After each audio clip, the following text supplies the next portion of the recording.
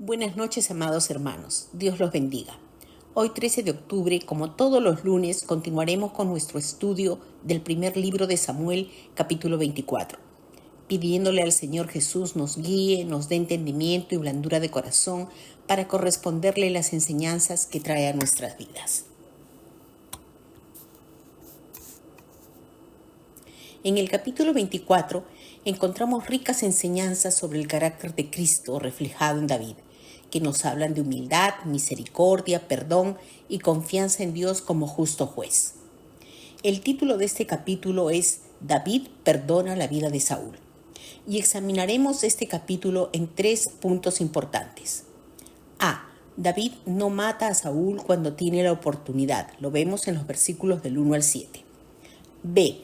David apela a Saúl en los versículos del 8 al 15.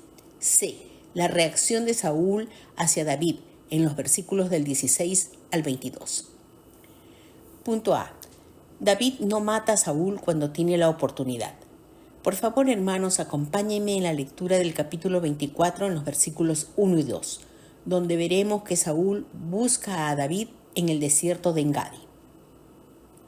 Cuando Saúl volvió de perseguir a los filisteos, le dieron aviso diciendo: «He aquí David está en el desierto de Engadi». Y tomando Saúl 3,000 hombres escogidos de todo Israel, fue en busca de David y de sus hombres por las cumbres de los peñascos de las cabras monteses. Recordemos, amados hermanos, en el capítulo anterior, Dios salvó milagrosamente a David alejando a Saúl para pelear con los filisteos en el momento en el que Saúl estaba listo para capturar a David. Pero cuando Saúl terminó con los filisteos, regresó a perseguir a David. Podemos imaginarnos que para ese tiempo David se dirigía al Señor, como dice el Salmo 119 en el versículo 61. «Compañía de impíos me han rodeado, mas no me olvido de tu ley». David, el ungido por Dios, es perseguido por Saúl sin motivo justo. David, como tipo de Cristo, anticipa a Cristo, el ungido del Padre, quien fue rechazado, acusado y perseguido injustamente por sus enemigos, como lo encontramos en Isaías capítulo 53, versículo 3. «Despreciado y desechado entre los hombres, varón de dolores, experimentado en quebranto, y como que escondimos de él el rostro, fue menospreciado y no lo estimamos». Y dice en Juan 15:25, «Pero esto es para que se cumpla la palabra que está escrita en su ley, sin causa me aborrecieron». Humanamente, todos quisiéramos que después de salir victoriosos de una prueba o problemas, nuestra siguiente victoria sea una victoria ya definitiva, permanente. Deseamos que los enemigos espirituales y naturales que nos persiguen, como Saúl persiguió a David, simplemente se den por vencidos y no tengamos que preocuparnos más de ellos. Pero incluso cuando obtenemos victoria y ellos son enviados lejos, eventualmente regresan o se levantan otros. Llámense problemas, enfermedades, desempleo, enemistades, envidia, celos, vanidad, malos pensamientos. Y ustedes pueden seguir añadiendo a la lista todo lo que representa un enemigo para sus vidas. Y esto sucederá hasta que seamos llamados a partir a la presencia de Dios, donde no hay más llanto ni dolor. Estudiaremos ahora qué significa el desierto de Engadi. Es un lugar real al oeste del Mar Muerto, pero también tiene un profundo valor simbólico en la Biblia. Engadi era un oasis en medio del desierto de Judá, con cuevas, riscos y manantiales, un refugio natural para quienes huían. Este era un gran lugar para que David y sus hombres se escondieran huyendo de Saúl, en medio del árido desierto y acantilados, pero con suficiente agua. Los exploradores podían detectar con facilidad cuando se acercaban tropas. Engadi, al ser un desierto, simboliza lugar de prueba, soledad, peligro, necesidad y dependencia de Dios. En Deuteronomio capítulo 8, verso 2 dice: «Y te acordarás de todo el camino por donde te he traído, Jehová tu Dios, estos 40 años en el desierto, para afligirte, para probarte, para saber lo que había en tu corazón, si habías de guardar o no sus mandamientos. La palabra de Dios es vigente, hermanos, así que cada vez que pasemos por un desierto en nuestras vidas, reflexionemos sobre nuestro caminar.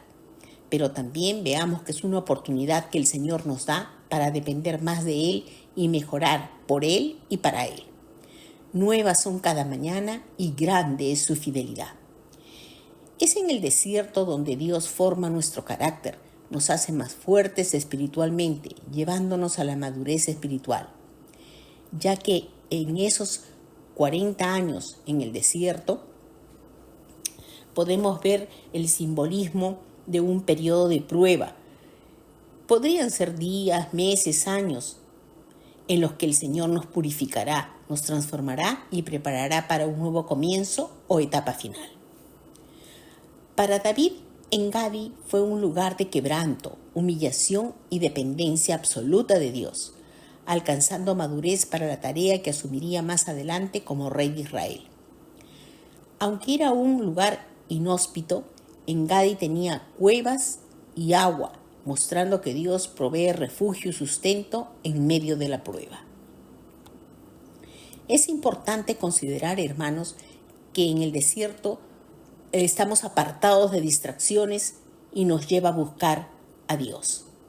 Así como David halló refugio en las cuevas de En-Gadi, Cristo es nuestro refugio seguro, como lo leemos en el Salmo 18, verso 2. Jehová, roca mía y castillo mío, y mi libertador, Dios mío, fortaleza mía, en Él confiaré, mi escudo y la fuerza de mi salvación, mi alto refugio. Así como David halló un escondite, un refugio, un lugar seguro, ustedes y yo, amados hermanos, hallamos en el Señor Jesús refugio, perdón y protección.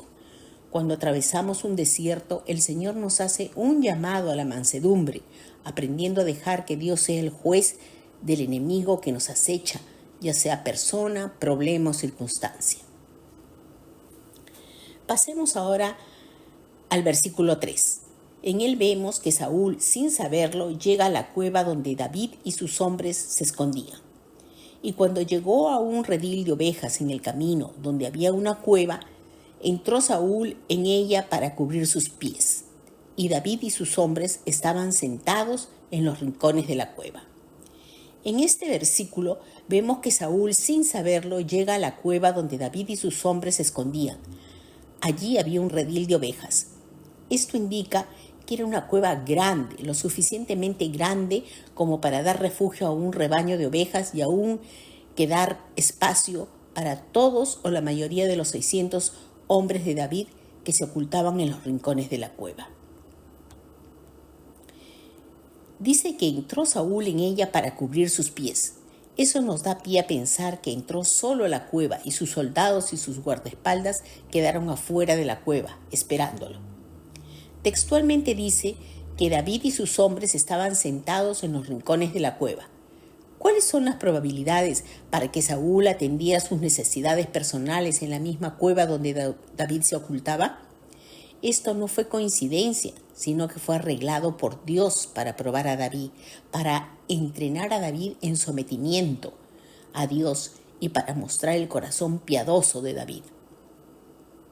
Y hoy, hermanos, ¿cómo estamos nosotros? ¿Sometemos nuestra voluntad al Señor o damos rienda suelta a nuestros sentimientos, emociones y propio entendimiento? Si tuviéramos la oportunidad de vengarnos de un enemigo, ¿mostraríamos como David un corazón piadoso, misericordioso? El Señor redarguya nuestro corazón, hermanos. Examinemos ahora los versículos del 4 al 7. Donde se narra que David se refrena a sí mismo y a sus hombres de matar a Saúl. Leamos, hermanos. Entonces los hombres de David le dijeron: He aquí el día que te dijo Jehová, he aquí que entrego a tu enemigo en tu mano, y harás con él como te pareciere. Y se levantó David y calladamente cortó la orilla del manto de Saúl. Después de esto se turbó el corazón de David porque había cortado la orilla del manto de Saúl. Y dijo a sus hombres: Jehová me guarde de hacer tal cosa contra mi Señor, el ungido de Jehová, que yo extienda mi mano contra él, porque es el ungido de Jehová.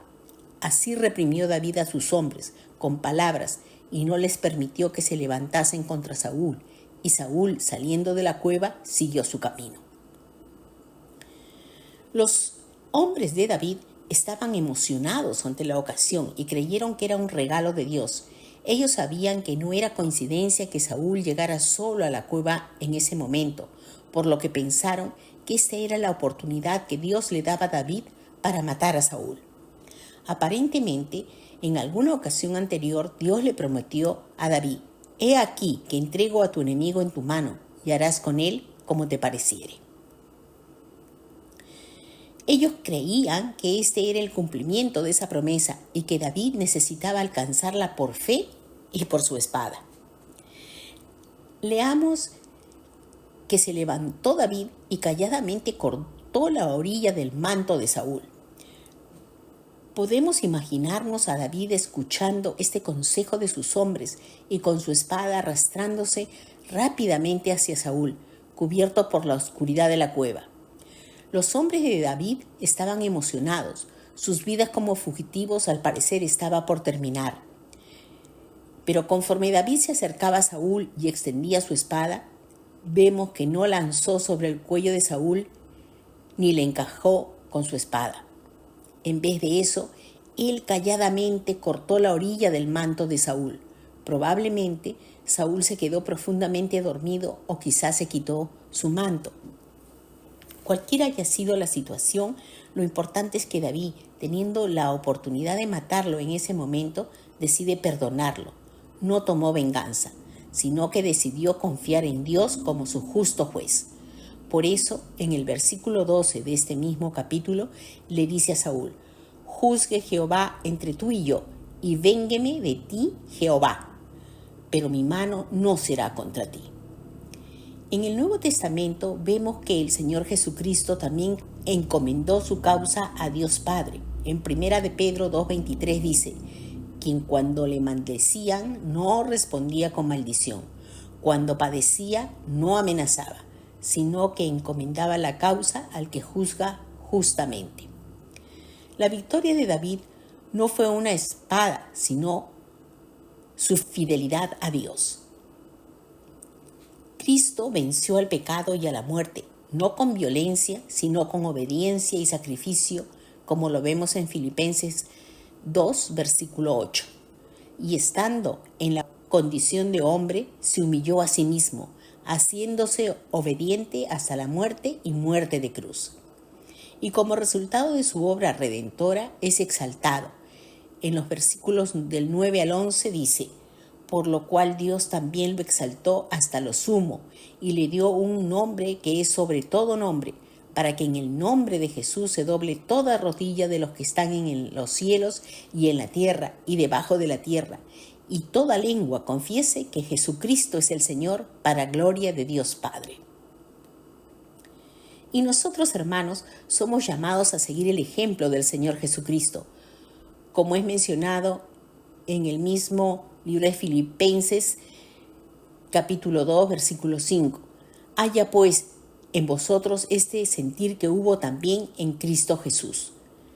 David se sometió al Señor, fue obediente, y el Señor le dio la victoria y lo exaltó, como veremos en los capítulos posteriores, hasta ponerlo como rey de Israel. También vemos que el corazón de David no almacenó amargura ni ira hacia Saúl. Incluso cuando Saúl hizo la vida de David totalmente miserable, David siguió llevando su causa a los pies de Jehová.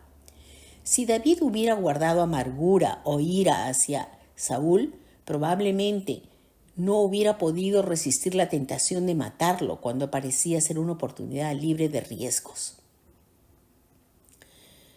David dice: «Jehová me guarde de hacer tal cosa contra mi Señor, el ungido de Jehová», porque es el ungido de Jehová. David sabía mejor que nadie que Saúl era un líder malo y corrupto. Sin embargo, estaba en las manos de Dios el quitarlo, y David no haría lo que solo Jehová podía hacer en justicia. También hace mención a que David reprimió a sus hombres con palabras. Estas fueron las palabras de una conciencia tierna y humilde delante de Dios. Fueron las palabras de un hombre que se sintió culpable solo por cortar la esquina del manto de Saúl. Cuando los siervos de David vieron su piedad y cómo quería agradar a Dios en todo, sus corazones fueron reprimidos de hacer cualquier mal contra Saúl. David no solo se reprimió de tomar venganza contra Saúl, también reprimió a sus hombres. Muchos hombres en la misma situación hubieran dicho: yo no mataré a Saúl ahora, pero si alguno de mis hombres lo hace, ¿qué puedo hacer yo? Y por lo tanto dejar la puerta abierta para que Saúl fuera asesinado. Pero David no hizo eso y reprimió a sus hombres. David era un hombre de Dios y en su corazón había temor de Dios. Él buscaba agradar siempre a Dios. Mirando la realidad que nos toca vivir, hermanos, nuestra actitud debe ser de total dependencia del Señor todos los días, porque solo en Él estamos seguros. Dice el Salmo 4, versos 4 y 5. Temblad y no pequéis, meditad en vuestro corazón estando en vuestra cama y callad, ofreced sacrificios de justicia y confiad en Jehová. ¿Y cómo haremos esto? Estando en paz con Dios primeramente, no ofendiendo al prójimo, clamando al Señor nos dé dominio propio y ejercitándonos en dominar nuestros sentimientos y emociones, tales como los celos, envidia, egoísmo, ira, rencor, resentimientos. Y si alguien nos desprecia, nos humilla, nos trata mal, no le paguemos de la misma manera, sino por el contrario, busquemos siempre hacer el bien. Dios nos ayude a vencer el mal con el bien. El Señor nos manda en Romanos 12, en los versículos del 12 al 21. No paguéis a nadie mal por mal. Procurad lo bueno delante de todos los hombres, si es posible, en cuanto dependa de vosotros, estad en paz con todos los hombres. No os venguéis vosotros mismos, amados míos, sino dejad lugar a la ira de Dios, porque escrito está: mía es la venganza, yo pagaré, dice el Señor. Así que, si tu enemigo tuviere hambre, dale de comer. Si tuviere sed, dale de beber. Pues haciendo esto, ascuas de fuego amontonará sobre su cabeza. No seas vencido de lo malo, sino vence con el bien el mal. Podemos recurrir al Señor continuamente y decirle: Señor Dios mío, en ti he confiado, sálvame de todos los que me persiguen y líbrame. Nosotros, como hijos de Dios, esperemos la intervención de su mano en oración, súplica, paciencia y sumisión a su palabra. Recordemos siempre que Dios es amor, misericordia, pero también justicia.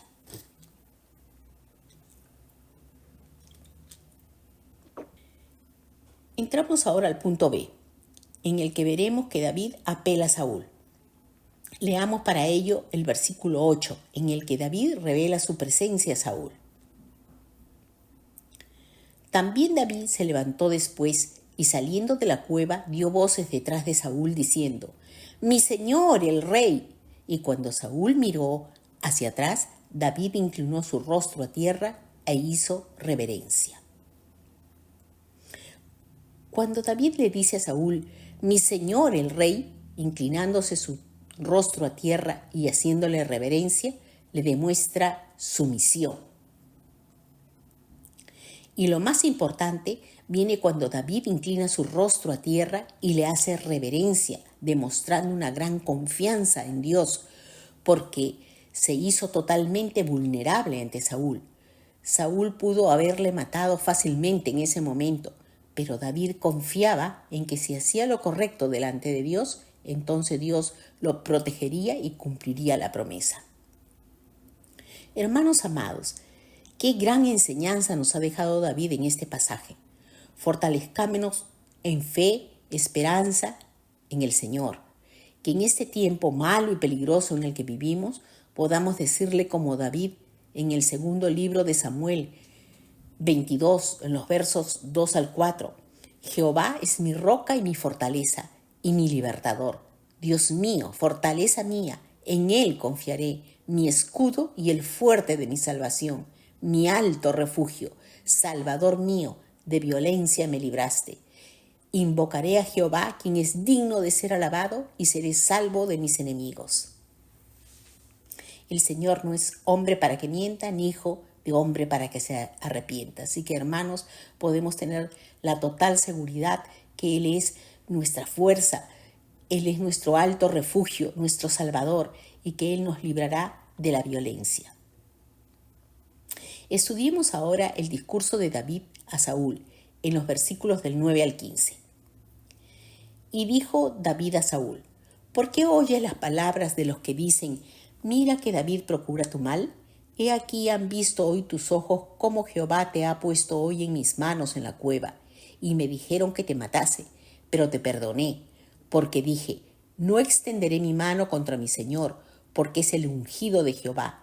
Y mira, Padre mío, mira la orilla de tu manto en mi mano, porque yo corté la orilla de tu manto y no te maté.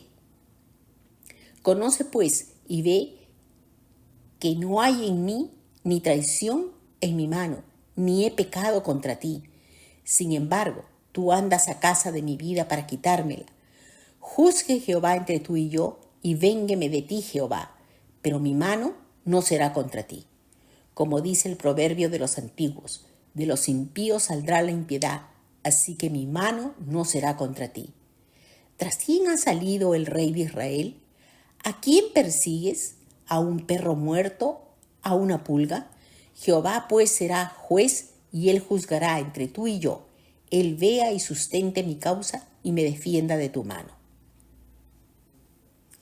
Vemos en este pasaje que David mostró mucha amabilidad y tacto para Saúl. David sabía muy bien que el miedo y los celos de Saúl venían de sí mismos y de nadie más. Pero David puso énfasis en los otros para que fuera más fácil que Saúl aceptara y dijera: ellos estaban equivocados, en vez de yo estoy equivocado. Incluso en la confrontación, David fue prudente y modesto, compartiendo la culpa de Saúl con sus seguidores y malvados consejeros. Cuando David le dice a Saúl: no extenderé mi mano contra mi Señor, porque es el ungido de Jehová, David reconoce que Saúl era el ungido de Jehová, por lo que se niega a dañarlo o matarlo, pero no por ello deja de confrontarlo con su pecado, con la esperanza que Saúl cambiara su corazón. Por eso es incorrecto que se use la idea de no tocar al ungido de Dios para exonerar al líder de toda evaluación o responsabilidad. La frase se refiere más bien a no atentar contra la vida ni rebelarse violentamente, y no a ignorar el pecado o dejar de evaluar y advertirles con la palabra en amor y verdad. Y cuando David le dice al rey Saúl: mira la orilla de tu manto y mi mano, le muestra la evidencia que tuvo plena oportunidad de matarlo, pero no lo hizo. A través de este manto cortado, Dios le envió un mensaje a Saúl. El manto era una imagen de la autoridad real de Saúl, y a través de esto Dios le dijo: estoy cortando tu autoridad real.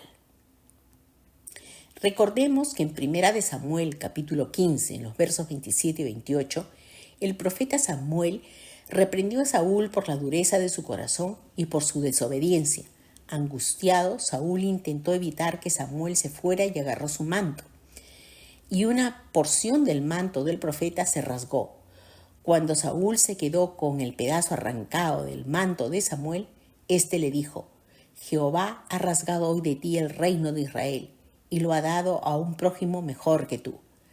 Así, cuando David confronta a Saúl con la orilla cortada del manto, Saúl debió de haber recordado este incidente, y el mensaje de Dios para él fue fuerte y claro. Cuando David dice: juzgue Jehová entre tú y yo, David no necesitaba hacer nada más para defenderse delante de Saúl. Refirió el asunto a Jehová. David dejaría que Dios defendiera su caso y fuera su juez. Era inevitable que Saúl fuera juzgado y que perdiera el trono, pero era totalmente asunto de Dios el cumplirlo y no era asunto de nadie más. Otra expresión importante es, de los impíos saldrá la impiedad. Es como si David quisiera decir, Saúl, si yo fuera tan impío como tus consejeros dicen que soy, si en verdad quisiera matarte, hubiera cometido ese impío acto en la cueva. Pero como ninguna impiedad vino de mí cuando tuve la oportunidad, esto demuestra que mi corazón no guarda impiedad hacia ti. David también dice, Jehová pues será juez, él vea y sustente mi causa y me defienda de tu mano. David le dijo a Saúl, yo confío en que Dios me librará de tu mano. En vez de buscar una salida de esta prueba en la carne, David confió en Dios para que lo liberara. Vemos a David, tipo de Cristo, perdonando a Saúl. Cristo en la cruz confió en el Padre en el juicio final y respondió con perdón. Si David no hubiera entregado su causa a Dios y en vez de ello hubiera alimentado su carne con resentimiento hacia Saúl por perseguirlo injustamente, Dios no le hubiera dado la victoria. Hermanos, si el Señor te está mostrando que en tu corazón hay resentimiento por más pequeño que sea, postrémonos delante del Señor y pidámosle perdón. Que el Señor nos limpie cada día más. Dice su palabra en Hebreos 12, verso 15. Mirad bien, no sea que alguno deje de alcanzar la gracia de Dios, que brotando alguna raíz de amargura os estorbe y por ella muchos sean contaminados. Y así entramos al último punto de la reacción de Saúl hacia David. Saúl honra la misericordia de David para con él. Y esto lo vemos en el punto C, en los versículos del 16 al 19. Y aconteció que cuando David acabó de decir estas palabras a Saúl, Saúl dijo, ¿no es esta la voz tuya, hijo mío, David? Y alzó Saúl su voz y lloró, y dijo a David, más justo eres tú que yo, que me has pagado con bien, habiéndote yo pagado con mal. Tú has mostrado hoy que has hecho conmigo bien, pues no me has dado muerte, habiéndome entregado a Jehová en tu mano. Porque ¿quién hallará a su enemigo y lo dejará ir sano y salvo? Jehová te pague con bien por lo que en este día has hecho conmigo. Examinemos algunas frases, hermanos. 1. ¿No es esta la voz tuya, hijo mío, David? Saúl respondió emocionalmente porque vivía con el delirio que David buscaba matarlo, y el hecho de que David se negara a matarlo cuando tuvo la oportunidad probó sin lugar a dudas que esto era falso. La obediencia de David para Dios y su amor a Saúl hicieron toda la diferencia para suavizar el corazón de Saúl. 2. Saúl le dice a David, más justo eres tú que yo, has hecho conmigo bien, no me has dado muerte, Jehová te pague con bien por lo que en este día has hecho conmigo. Esto fue un cambio en el corazón de Saúl, aunque veremos más adelante que fue un cambio momentáneo. David puso ascuas de bondad sobre la cabeza de Saúl y tocó su corazón. Podemos cerrar este pasaje con el mandato que el Señor nos da en el versículo 21 del capítulo 12 de Romanos. No seas vencido de lo malo, sino vence con el bien el mal. Y finalmente, en los versículos del 20 al 22, Saúl se ve hacia el futuro. Y ahora, como yo entiendo que tú has de reinar y que el reino de Israel ha de ser en tu mano firme y estable, júrame pues, ahora por Jehová, que no destruirás mi descendencia después de mí, ni borrarás mi nombre de la casa de mi padre. Entonces David juró a Saúl, y se fue Saúl a su casa, y David y sus hombres subieron al lugar fuerte. Vemos aquí que Saúl sabía en todo tiempo que David iba a reinar en Israel. Para ello podemos revisar 1 de Samuel, el capítulo 23, el verso 17. Pero ahora no solo lo sabía, sino que lo sabe en tiempo presente, sino que lo reconoce delante de David.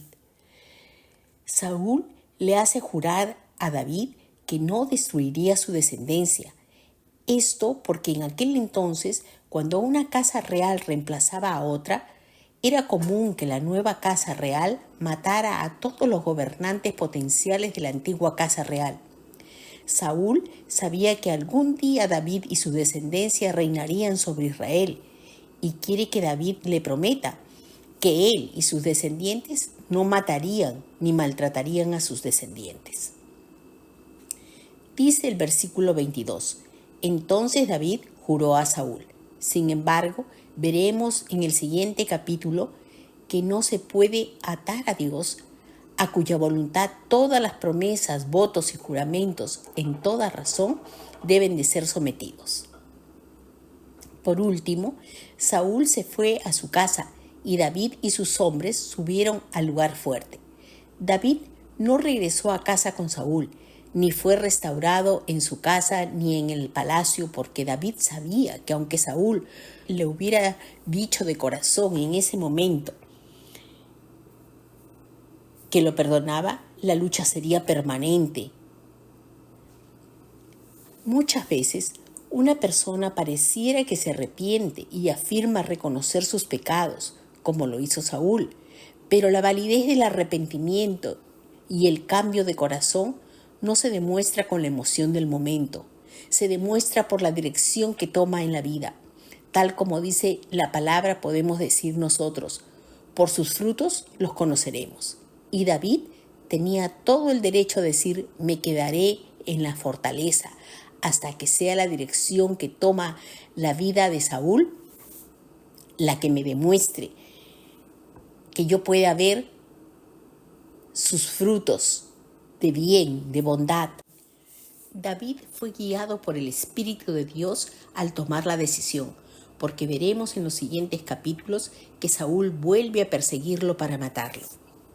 Amados hermanos, quisiera finalizar este precioso capítulo con el Salmo 31, los versículos 23 y 24, que dicen, amad a Jehová, todos vosotros sus santos, a los fieles guarda Jehová y paga abundantemente al que procede con soberbia. Esforzaos todos vosotros, los que esperáis en Jehová, y tome aliento vuestro corazón. Rindamos nuestro corazón al Señor y amemos al Señor de señores, al único Dios todopoderoso, al que guarda a sus fieles de todos los enemigos y peligros que se levanten en el camino. Él es nuestro escondite seguro, nuestra torre fuerte, nuestro escudo, nuestra fortaleza. Él no nos dejará ni nos abandonará. Hermanos, estemos seguros que veremos la bondad del Señor en nuestras vidas si seguimos pegados a Él como el pámpano a la vid. Gracias, Señor Jesús, por tu amor, tu paciencia, tu cuidado, Señor. Gracias por tus enseñanzas que son para nuestro bien, Señor. El Señor los bendiga, amados hermanos.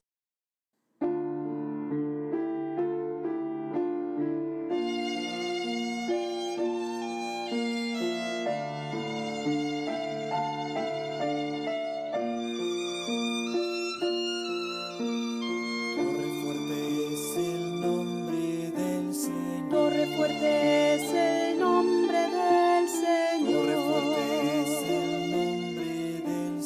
Torre fuerte es el nombre del Señor. A él correrá el justo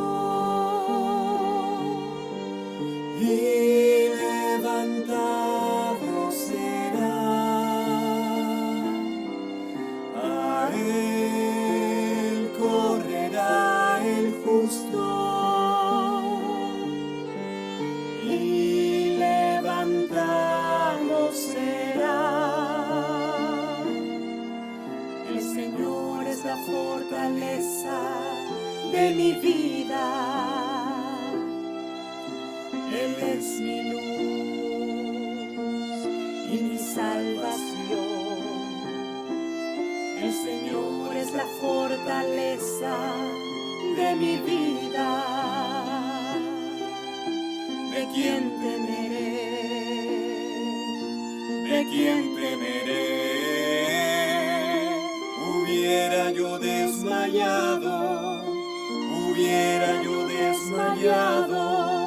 si no habría de creer que vería la bondad.